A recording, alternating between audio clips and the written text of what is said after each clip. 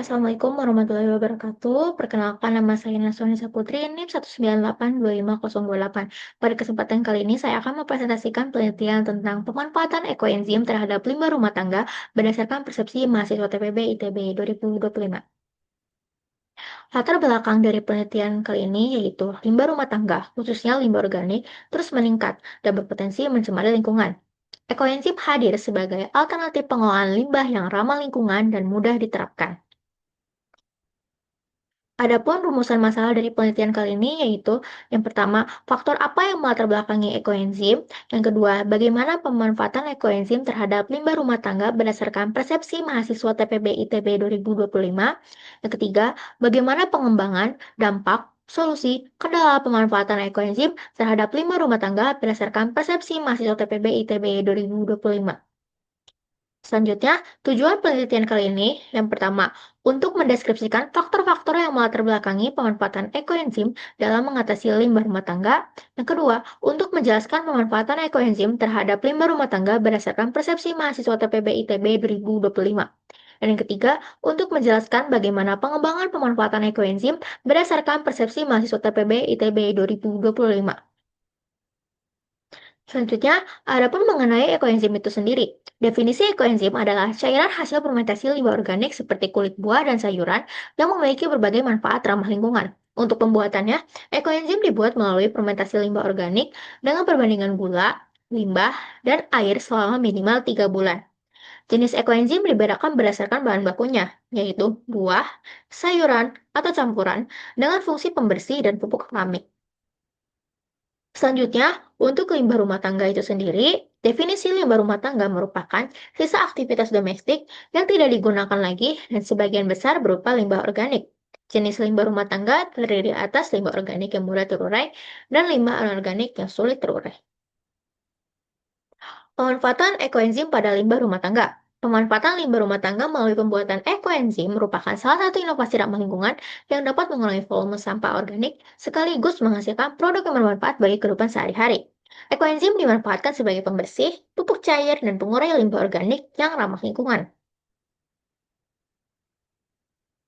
Dampak jangka panjang ekoenzim, pengelolaan limbah organik rumah tangga menjadi ekoenzim tidak hanya mengurangi volume sampah yang berakhir di TPA, tetapi juga memiliki berbagai fungsi ekologis seperti menyuburkan tanah, memperbaiki kualitas air, serta menjadi alternatif pembersih yang aman bagi kesehatan dan lingkungan. Praktik ini sejalan dengan konsep circular economy yang mendorong pemanfaatan yang kembali bahan organik dan pengurangan ketergantungan pada produk sintetis.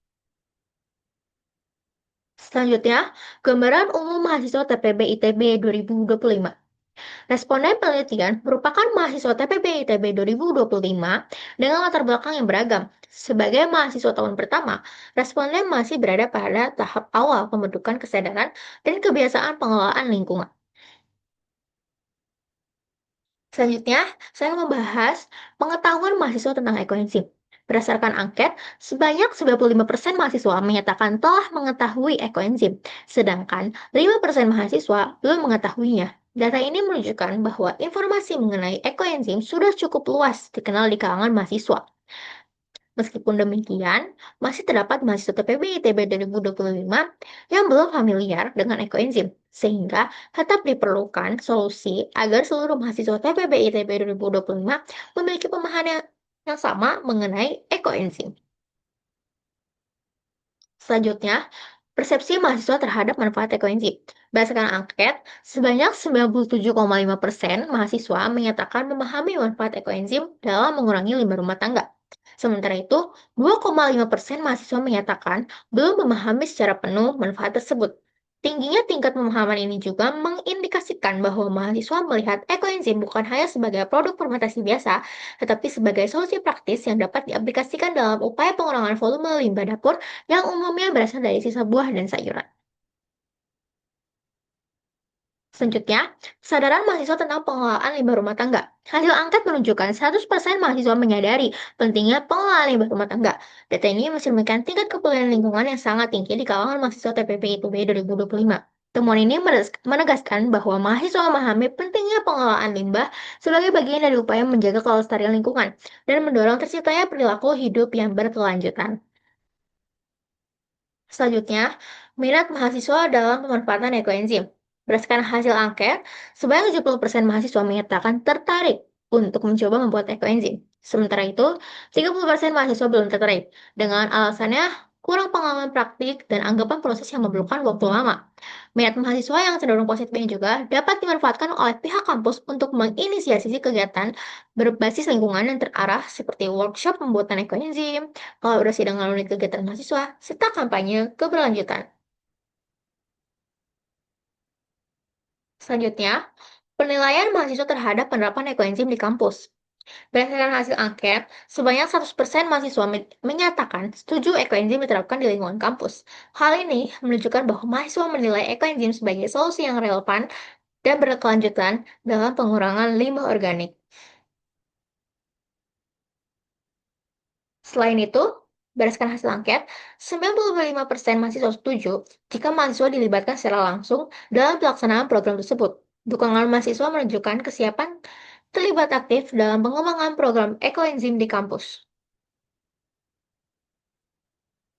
Berdasarkan angket juga, sebanyak 97,5% mahasiswa menilai ekoenzim cocok diterapkan dalam sistem pengelolaan limbah kampus ITB. Secara keseluruhan, hasil kuesioner memperlihatkan bahwa mahasiswa ITB ITB 2025 tidak hanya memiliki kesadaran lingkungan yang baik, tetapi juga menunjukkan motivasi tinggi untuk mendukung implementasi ekoenzim sebagai bagian dari sistem pengelolaan limbah di kampus. Selanjutnya, peranan ekoenzim dalam pengelolaan limbah di ITB.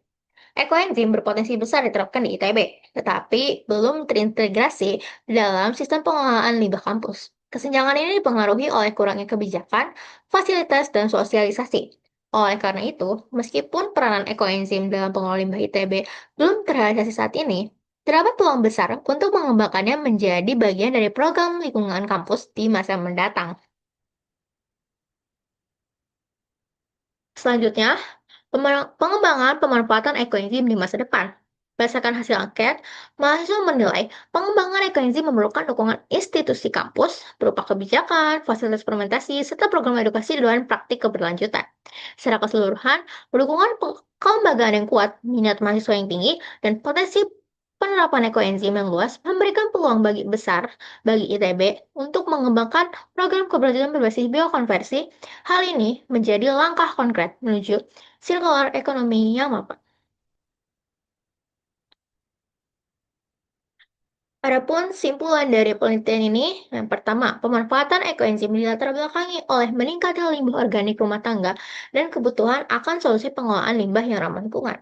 Yang kedua, persepsi mahasiswa TPB ITB 2025 terhadap ekoenzim tergolong sangat positif, ditunjukkan oleh tingginya tingkat pemahaman dan keyakinan terhadap manfaatnya dalam mengurangi pencemaran lingkungan. Dan yang ketiga, pengembangan ekoenzim di lingkungan kampus memiliki potensi besar, namun masih memerlukan dukungan institusional berupa sosialisasi, fasilitas, dan kesempatan praktik agar dapat diimplementasikan secara optimal.